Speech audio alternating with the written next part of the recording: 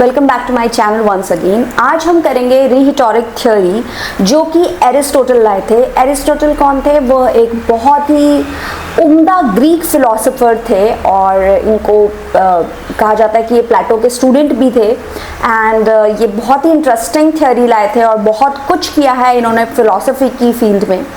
तो ये लाए थे ये theory, that is rhetoric theory.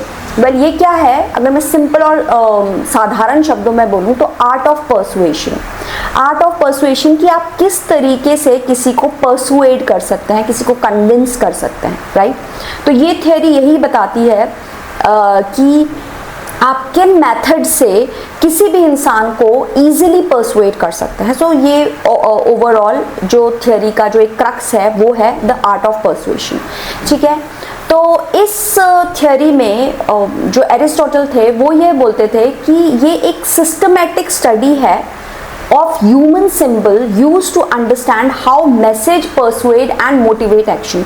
यानी कि human symbol could be body language, उनकी कोड, उनका बिहेवियर, उनका वे ऑफ लिसनिंग स्टाइल, ठीक है। तो उनको जोड़ करके आप समझने की कोशिश करते हो कि ये इंसान कैसे परसुएड हो सकता है, लोग कैसे परसुएड हो सकते हैं, ठीक है।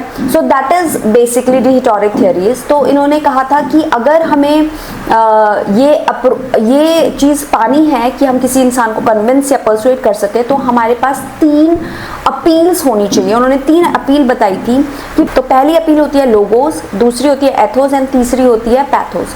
अब ये नाम आपको बहुत ही अतरंगी से अलग लग रहे होंगे बट इट्स वेरी सिंपल। जो आपके लोगोस होते हैं that is related to logic. अगर आप किसी इंसान को लॉजिक के साथ समझाते हो कोई चीज़ या बताते हो तो वो इजीली परसुएड हो जाता है। तो आपने आजकल देखा होगा अगर मीडिया में भी कोई भी चीज़ अगर वो समझाना चाहते हैं, मे बी एजेंडा सेट करना चाहते हैं, तो वो पहले लॉजिकल फैक्ट्स लाने की कोशिश करते हैं, उसका लॉजिक बनाते हैं। बिकॉज वी नो कि लोग आज के टाइम पे बहुत स्मार्ट हैं और वो इतनी इजीली बेवकूफ़ नहीं बनने वाले हैं। सो अगर लॉजिक के साथ वो बात कहेंगे तो पीपल माइट जो ब्रेन यूज़ करते हैं, जो दिमाग यूज़ करते हैं, तो उनको लॉजिक चाहिए होता है। तो लॉजिक के साथ अगर आप कोई बात अपनी रखते हैं तो ऑफकोर्स आप उनको परसुएड कर सकते हैं।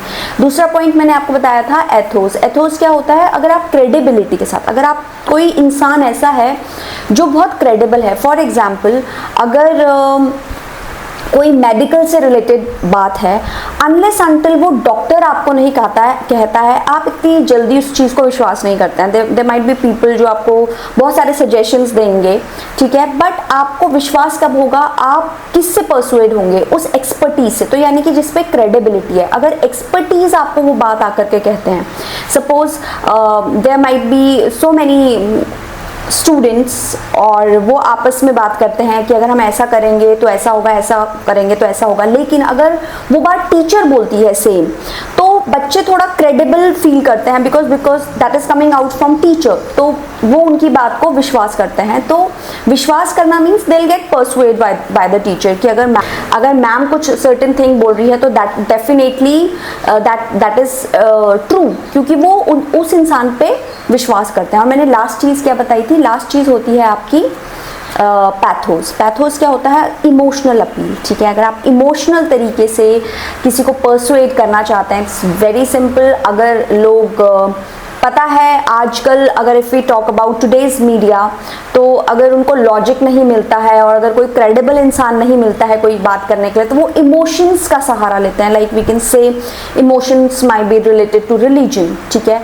अगर कोई ऐसी चीज़ को नहीं मान रहा है तो ऐसे मान जाए। लाइक हमारे घर पे भी हमने एग्जाम्पल देखा होगा कि सपोज अगर पेरेंट्स कुछ काम करवाना चाहते हैं, ग्रैंड पेरेंट्स कुछ काम करवाना चाहते हैं, तो they will use that emotional appeal and people get emotional and may be कई हमारे केसेस इंडिया में ही ऐसे हैं कि वो शादी सिर्फ इसलिए करते हैं कि क्योंकि उनके फैमिली जो कि है वो बहुत ज़्यादा इमोशनल मेलोड्रामा जिसे हम बोलते हैं उसकी वजह से वो परसुएड हो जाते हैं। मे बी वो फुली परसुएड नहीं हो रहे हैं but they are getting persuade, but at the same time वो फुली परसुएड भी हो जाते हैं। अगर आप इमोशनली किसी से कोई बात कहते हैं, यू ट्रस्ट देम यूजुअली, है ना।